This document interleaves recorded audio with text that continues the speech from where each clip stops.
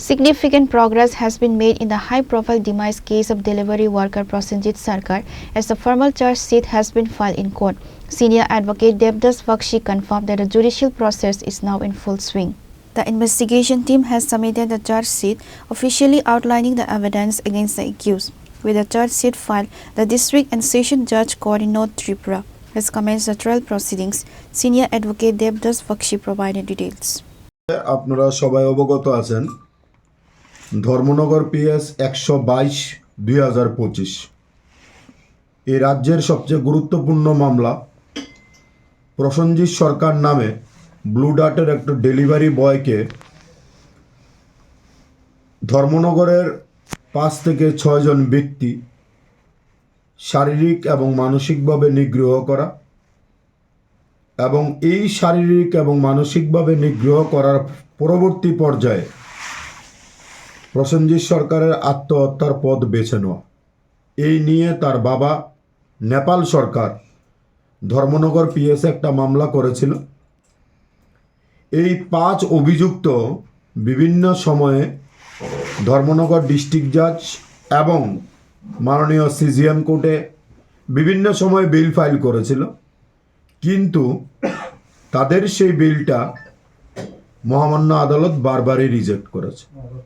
কিন্তু আজকের এই দিনে সবচাইতে গুরুত্বপূর্ণ বিষয় হচ্ছে, আপনারা অবগত আছেন, গতকালকে এই কেসের তদন্তকারী অফিসার ইনভেস্টিগেশন শেষ করে সময়সীমার আগেই চার্জশিট প্রদান করেছেন এবং চার্জশিট প্রদান করেছেন অ্যাবেটমেন্ট অফ সুইসাইডের সেকশন এবং অন্য অন্য সেকশনকে অন্তর্ভুক্তি করে।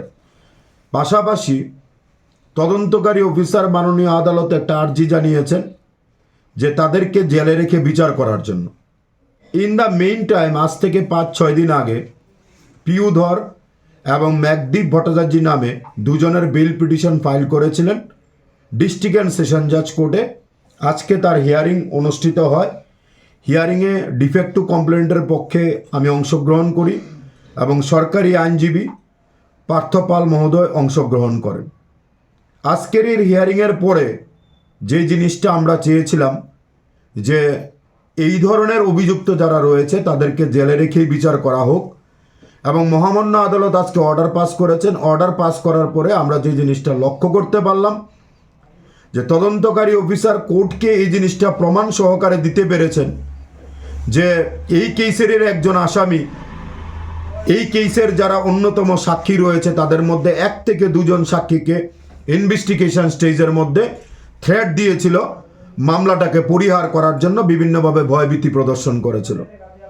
তার থেকে মহামান্য আদালত একটা ধারণা করেছেন যদি তাদেরকে তা বেল দেওয়া হয় তাহলে তারা পরবর্তী পর্যায়ে সাক্ষীদেরকে ভয়ভীতি প্রদর্শন করতে পারে। তার জন্য মহামান্য আদালত কাস্টাডি ট্রায়ালের যে ব্যবস্থাপনাটা ছিল, আয়ুর যে প্রেয়ারটা ছিল যে তাদেরকে জেলে রেখে বিচার করা হোক, তাদের সে জেলে রেখে বিচার করার যে মানবিক যে দৃষ্টিভঙ্গিটা বা আইনের যে অর্ডার, সেই জিনিসটা আজকে রিফ্লেক্টেড হয়ে গেছে এবং অলরেডি কোর্ট সিদ্ধান্ত নিয়েছেন যে তাদেরকে এই স্টেজে বেল দেওয়া সম্ভব না এবং তাদের বিচার প্রক্রিয়া জেলে থেকেই হবে।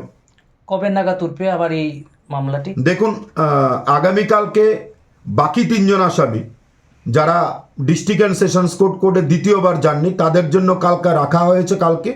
কিন্তু আমাদের দৃঢ় বিশ্বাস উচ্চ আদালতের ক্ষেত্রে ডিস্ট্রিক্ট এবং সেশন জাজ কোর্ট যে অবজারভেশনটা পুট ফরওয়ার্ড করেছেন যে তাদেরকে সাক্ষীদেরকে ভয়ভীতি দেখানো এবং অনেক প্রচুর পরিমাণে ম্যাটেরিয়ালস তাদের এগেইনস্টে পাওয়া গেছে। আর একটা ইম্পর্ট্যান্ট বিষয় আমি আপনাদেরকে বলছি যে এই কেসের মধ্যে পিউ ধর যে জিনিসটা লক্ষ্য করা গেছে, 9 জনের একটা গ্রুপ বানিয়েছে। 9 জনের গ্রুপটাকে তারা নাম দিয়েছেন ব্লু বলে, একটা গ্রুপের নাম দিয়েছেন। তার প্রতি তাকে যখন মারধর করা হচ্ছিল তার একটা সোশ্যাল ভিডিও তারা প্রিপেয়ার করেছিলেন, যেটার মধ্যে দেখা যাচ্ছে সে হাতে ধরে তাদের কাছে ক্ষমা চাইছে। সেই ভিডিওটা তারা বিভিন্ন মানুষের কাছে তারা শেয়ার করেছেন।